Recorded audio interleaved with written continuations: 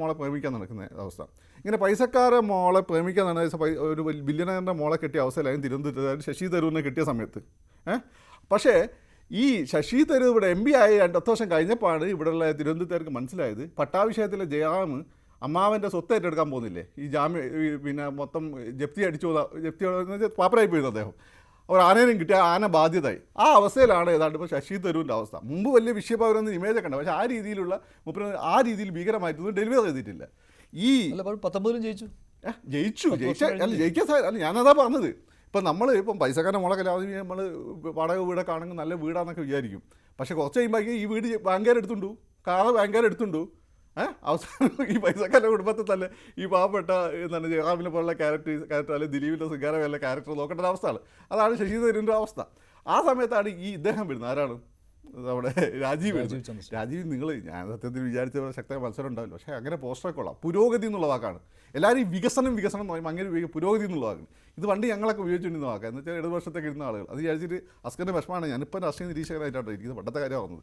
അപ്പോൾ പുരോഗതി എന്ന് വെച്ചാൽ ഒരു പ്രോഗ്രസ്, ഒരു മുന്നോട്ടുള്ള ഒരു പതുക്കെയുള്ള പ്രയാണമാണ്. അത് കെയറിങ് ഉണ്ട്. വികസനം എന്ന് വെച്ചാൽ ഇങ്ങനെ ഒരു ബലൂൺ ഇങ്ങനെ വീർത്തുന്ന എല്ലാത്തിനും ഞെക്കിച്ചരിക്കുന്ന പരിപാടിയാണ്. കമ്മ്യൂണിസ്റ്റ് ഇനിയിപ്പോൾ ആളുകൾ ഞങ്ങളത് പറയാത്തതുകൊണ്ട് ഈ വികസനം എന്നുള്ള വാക്ക് ഉപയോഗിക്കാത്തതുകൊണ്ട് ഇപ്പോൾ നമുക്ക് വോട്ടിട്ടാണ്ട് ചോദിച്ചാൽ അവരും അതിനെ ഉപയോഗിച്ചു. പക്ഷേ ചന്ദ്രശേഖരൻ ആരാ ബുദ്ധി ഉപയോഗിച്ച് എടുത്തെന്ന് എനിക്കറിയില്ല. പുരോഗതി എന്നുള്ള വാക്ക്. 2, പിണറായി വിജയൻ 2014 അധികാരത്തിൽ VS കഴിഞ്ഞാൽ അടുത്ത ഏറ്റവും പ്രധാനപ്പെട്ട ഫാക്ടറായിരുന്നു എല്ലാം ശരിയാവുന്നുള്ളൂ. അതുപോലെയാണ് ഇനി കാര്യം നടക്കും. അപ്പോൾ രാജീവിന് വോട്ട് എന്നാണ് രാജീവ് ചന്ദ്രശേഖരൻ. രാജീവ് ഇവിടെ IT റവല്യൂഷൻ കൊണ്ടുവന്നത് ഇന്ന് കാണുന്ന ഇന്ത്യ ടെക്നോളജി റവല്യൂഷൻ ഇന്ത്യയിൽ കൊണ്ടുവന്ന് രാജീവ് ഗാന്ധിയാണ്. ഇതൊക്കെ റെസണേറ്റ് ചെയ്യുന്ന പോസ്റ്ററുകൾ. രണ്ടാമത്തെ കാര്യം, അദ്ദേഹം വളരെ സക്സസ്ഫുൾ ആയിട്ട് മനുഷ്യനാണ് ജീവിതത്തിൽ. അത് നിങ്ങൾ എവിടെ നോക്കിയാൽ മതി. അദ്ദേഹം പിന്നെ ഇന്ത്യയിൽ ഈ പറഞ്ഞ BPL ടെലികമ്മ്യൂണിക്കേഷൻ സാറ്റലൈറ്റ് ഫോൺ തുടങ്ങിയതാണെങ്കിലും അർണവിൻ്റെ കൂടി ചാനൽ തുടങ്ങി അവസാനം നല്ല രീതിയിൽ പിരിഞ്ഞതാണെങ്കിലും പിന്നെ അദ്ദേഹം മലയാളിയായിട്ടുള്ള ഗുജറാത്തിൽ രഞ്ജിട്ടുള്ള അദ്ദേഹം രാജ്യസഭയിൽ ബാംഗ്ലൂരിൽ നിന്ന് അങ്ങനെ ജാതിയും പ്രാദേശികമുള്ള സ്ഥലമാണ് ഈ ബാംഗ്ലൂർ. അവിടുന്ന് അദ്ദേഹം രാജ്യസഭയിലെത്തുന്നു. പിന്നെ അതിനുശേഷമാണ് അദ്ദേഹം മോഡിയെ കാണുന്നു. മോഡി മന്ത്രിസഭയിൽ വരുന്നു. ഇവിടെ ഒരു ചാനൽ ഏറ്റവും നല്ല രീതിയിൽ നിഷ്പക്ഷമായ ഒരു ചാനൽ നടത്തിക്കൊണ്ടുവന്നു. ഇങ്ങനെ എല്ലാ രീതിയും സക്സസ്ഫുള്ളായി ഈ മനുഷ്യനെ നമ്മൾ അണ്ടർ എസ്റ്റിമേറ്റ് ചെയ്താൽ ബുദ്ധിമുട്ടാവും. ഇങ്ങനെ ഈ പറയുന്ന 3 നിയോജകമണ്ഡലങ്ങൾ കോവളം, പാറശാല, നെയ്യാറ്റിൻകര, ഇവിടുത്തെ വോട്ടുകളാണ് പലപ്പോഴും BJPക്കാർ തോൽക്കുന്നത്. നമുക്കറിയില്ല. രാജീവ് ചന്ദ്രശേഖരാണ്.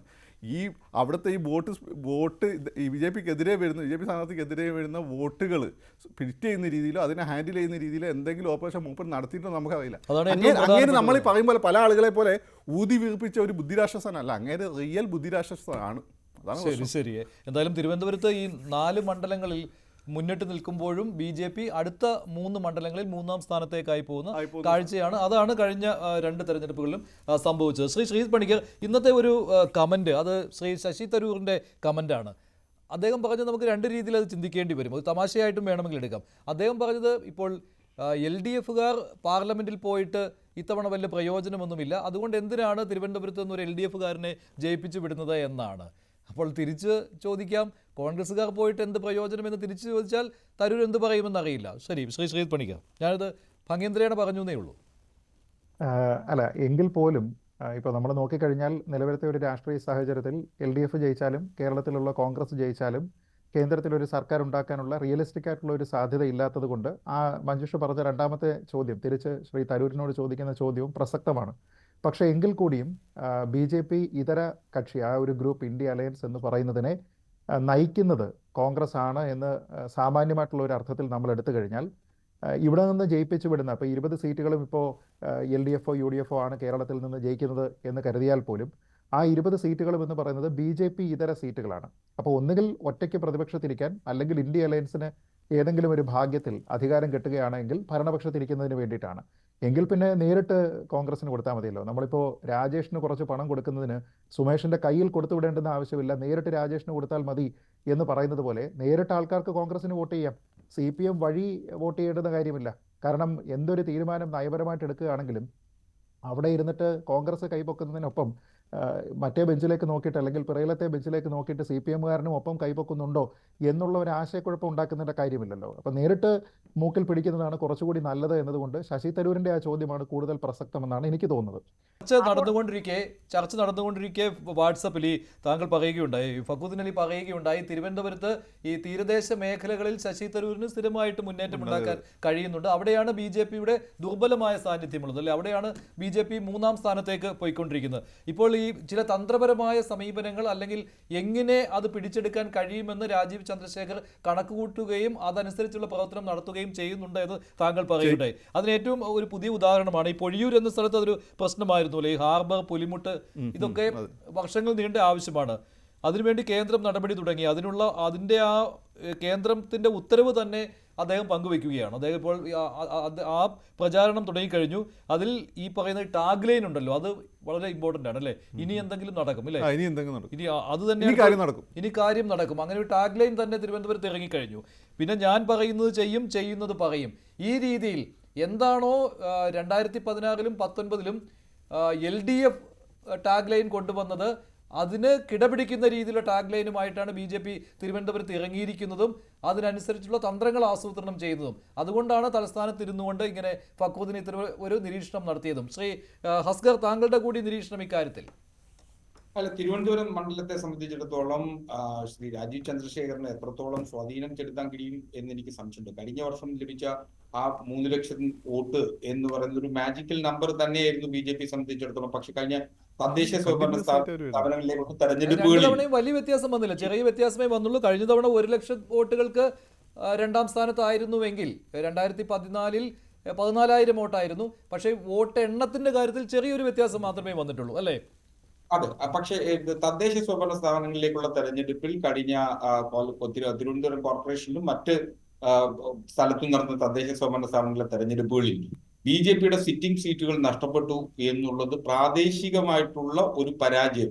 അത് BJP-യെ ക്ഷീണിപ്പിക്കും എന്ന് തന്നെയാണ് ഞാൻ കരുതുന്നത്. ഒരു സ്റ്റാർ ക്യാമ്പയിനർ എന്ന നിലയിൽ ശ്രീ രാജീവ് ചന്ദ്രശേഖറിന് ഒരുപക്ഷെ ചില പ്രകമ്പനങ്ങൾ മണ്ഡലത്തിൽ സൃഷ്ടിക്കാൻ കഴിയും എന്ന് തോന്നുന്നു. പക്ഷെ പരമ്പരാഗതമായി നെയ്യാറ്റിൻകരയും പാറശാലയും കോവളവും അടക്കമുള്ള ക്രിസ്ത്യൻ നാടാർ വിഭാഗങ്ങൾ, CSI വിഭാഗങ്ങളുടെ ഒരു സാന്നിധ്യം ഒരുപക്ഷെ, അല്ലെങ്കിൽ അവരെ സ്വാധീനിക്കാൻ എങ്ങനെ കഴിയും BJP-ക്ക് എന്നിടത്തായിരിക്കും അതിന്റെ ഒരു ഫലം പ്രാപ്തി എന്നുള്ളത്. മാത്രമല്ല, ശ്രീ പന്നിൻ രവീന്ദ്രനെ സംബന്ധിച്ചിടത്തോളം ആ മണ്ഡലത്തിൽ അത്ര നിസ്സാരനായി നമുക്ക് അങ്ങനെ എഴുതി തള്ളാൻ കഴിയുന്ന ഒരു സ്ഥാനാർത്ഥിയല്ല. പന്നിൻ രവീന്ദ്രന് ആ മണ്ഡലത്തിൽ അതിന്റെ മുക്കും മൂലയിലും അദ്ദേഹത്തിനുള്ള വ്യക്തിബന്ധങ്ങൾ, അദ്ദേഹം ദീർഘകാലമായി തിരുവനന്തപുരത്ത് പ്രവർത്തിക്കുന്ന ആളെന്ന നിലയിൽ അദ്ദേഹത്തിനുള്ള വ്യക്തിബന്ധങ്ങൾ, അദ്ദേഹത്തിന്റെ സത്യസന്ധതയും ഒക്കെ ഈ തെരഞ്ഞെടുപ്പിൽ കൃത്യമായി ഒരു മുന്നേറ്റം ഇടതുപക്ഷത്തിന് ഉണ്ടാക്കാൻ കഴിയും.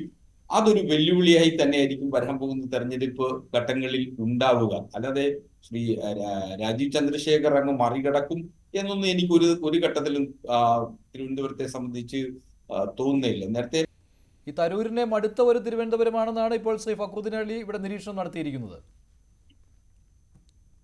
അല്ല, തരൂരിനെ മടുത്ത എന്ന് പറയുമ്പോൾ തരൂര് UDF-ന്റെ സ്ഥാനാർത്ഥിയാണ്, കോൺഗ്രസിന്റെ സ്ഥാനാർത്ഥിയാണ്.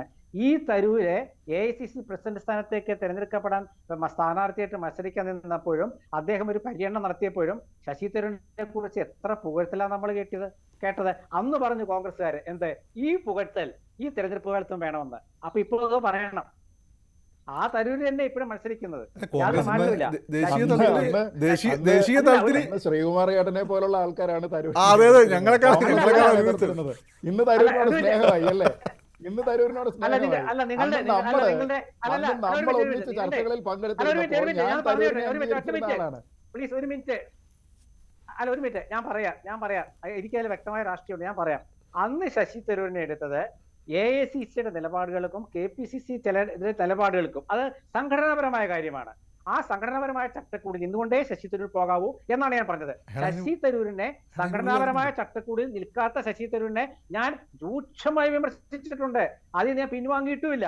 പക്ഷേ അതേ സ്ഥാനാർത്ഥിയായ ശശി തരൂരും കോൺഗ്രസിന്റെ നേതാവ് നിലക്കുള്ള ശശി തരൂരും വർക്കിംഗ് കമ്മിറ്റി മെമ്പർ നിലയ്ക്കത്തെ ശശി തരൂരും ഇപ്പൊ മാറിയിട്ടുണ്ട്. അദ്ദേഹം സംഘടനയ്ക്കുള്ളിൽ തന്നെ നിന്നുകൊണ്ട് സംഘടനാ ചട്ടക്കൂട് പൂർണ്ണമായും അനുസരിക്കുന്ന അച്ചടക്കമുള്ള കോൺഗ്രസ് നേതാവായിട്ട് മാറിയിട്ടുണ്ട്. അത് ഞാൻ കാണുന്നുണ്ട്. മറ്റേത് ഞാൻ പറഞ്ഞത് പിൻവലിക്കുന്നുമില്ല. അത് അന്നത്തെ